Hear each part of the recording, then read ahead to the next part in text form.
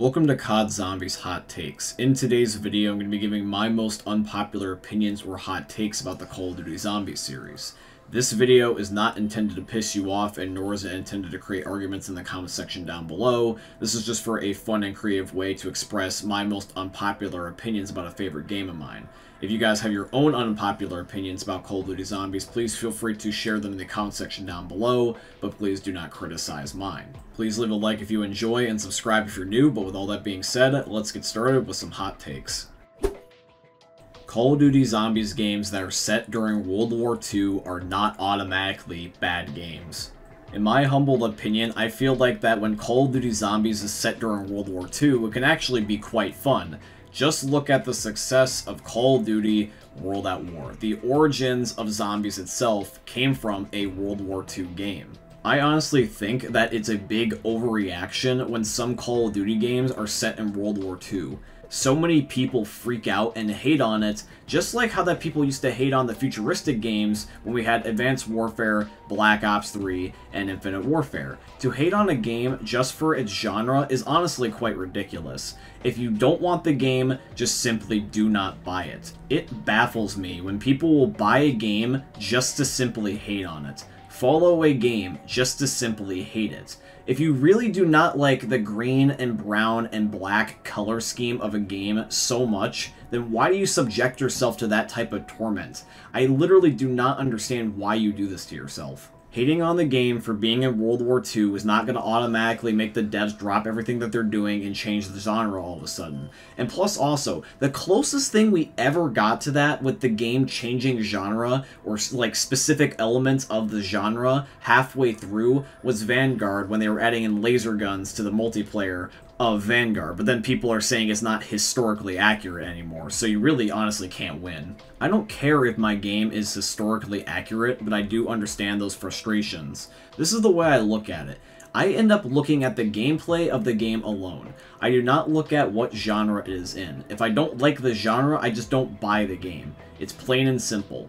There are some Call of Duty games within recent memory that I have not bought. I do not own Modern Warfare 3. I do not like its zombies. And same thing with Vanguard. Just because Vanguard is in World War II and I don't have a problem with World War II games doesn't mean I'm going to buy them. I just didn't like the gameplay mechanics of Vanguard. I prefer the gameplay mechanics of the older Call of Duty Zombies games, such as World at War through Black Ops 3. Maybe it's just the fact that one of the things about Call of Duty Zombies that I miss, that I've been advocating for a long time to come back, is the horror aspect.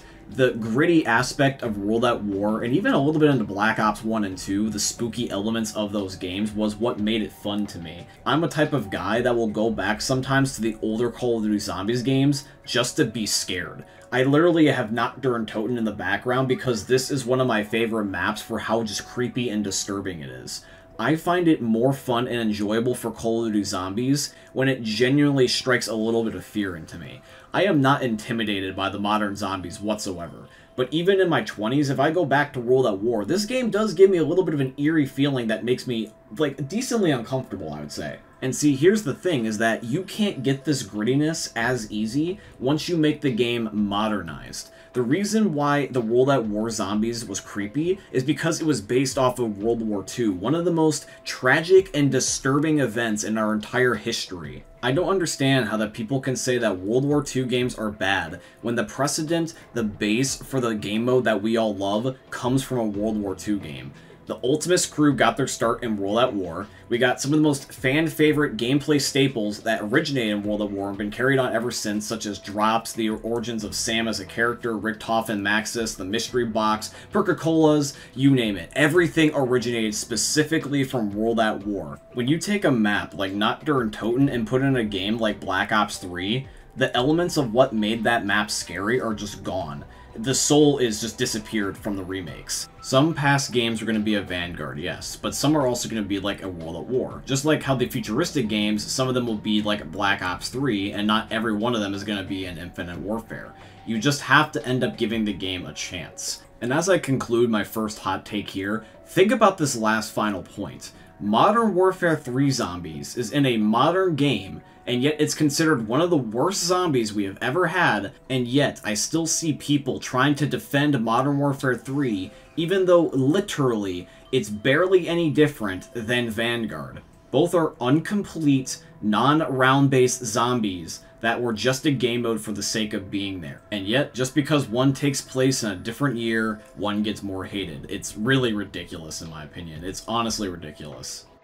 The Ray K from Firebase Z is the best version of the ray gun we have ever had. This gun looks cool, it sounds cool, it kicks a whole bunch of ass, and it's one of the best wonder weapons in my humble opinion. Thinking about and looking back on the other ray guns we have had throughout history, they just haven't aged as well in my opinion. The original ray gun was really honestly bad for a long time until they brought it back and buffed it in Cold War. The Ray Gun Mark II is probably the second best because I think it's just like one of the statistically strongest and it also does look cool. And then the Ray Gun Mark III, it was okay. It was kind of novel because, well, it was another ray gun. We had the trilogy of ray guns at that time. But the Ray Gun Mark III felt clunky for me because I didn't like how that it was dual wield. And plus also it felt more like a Apothecon Servant than it did a ray gun because I was just shooting the black hole combos all the time with that one. Imagine the Ray K if Double Tap was in Cold War. Double Tap hasn't been in COD since Black Ops 3. It has been a very, very long time. Now, the Ray K does have the benefit of the fact that it is in Cold War, which is one of the easier COD games we had, where you can have Ring of Fire, all the perks. The game is just easier because you can buy ammo for it all the time. And quite frankly, I do believe that that's true. I feel like if you were to put the Ray K in the older CODs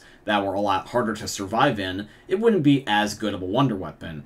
But that's besides the point. The point is that the wonder weapon is just fun for the game it's in. I like the Ray K, and I think it's one of the best wonder weapons we have ever had.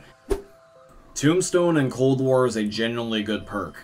I'm just 100% serious. It is a genuinely good perk. Tombstone and Black Ops 2 sucked. I'll say that flat out right, is that I will agree with you all. That Black Ops 2's Tombstone, that was bad. But Cold War's Tombstone, I genuinely like this perk. Tombstone in Cold War functions like the way that Who's Who was supposed to function in Black Ops 2, because Who's Who in Black Ops 2 is also a really, really bad perk. But they made it so that when they put the two together for Cold War, they created a version that I know that's what they intended for Black Ops 2. I even liked Tombstone before I maxed it out. I maxed it out when I was getting the background footage for this gameplay. I was on tier 4 the entire time and I still liked Tombstone. The upgraded version of Tombstone to level 5, look at these descriptions. These sound incredible. Now I know that you can buy a self-revive and that when you end up getting Tombstone you're not going to keep your perks and you can't necessarily keep all your money. It's really only meant to end up keeping things like your guns.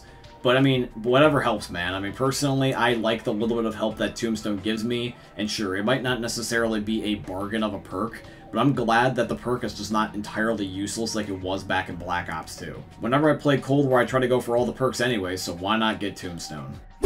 And then lastly, can we end up getting some cool quests back in COD Zombies rather than just having everything be just purchasable like how we have in Cold War? I love Cold War, I really do, but one of my biggest gripes with it is just the fact that it's boringly easy sometimes. When I think of maps with good quests, two of them that immediately come to my mind is Shadows of Evil and Mob of the Dead. I absolutely adored the flow of both of those maps, especially Mob of the Dead. Killing all the zombies near the Hellhound heads and then getting the Hell's Retriever is a much more fun and enjoyable gameplay loop in comparison to Cold War where you just find tomahawks lying on the floor. That is not exciting at all. And the Mob of the Dead Pack-a-Punch system is probably my favorite Pack-a-Punch system ever.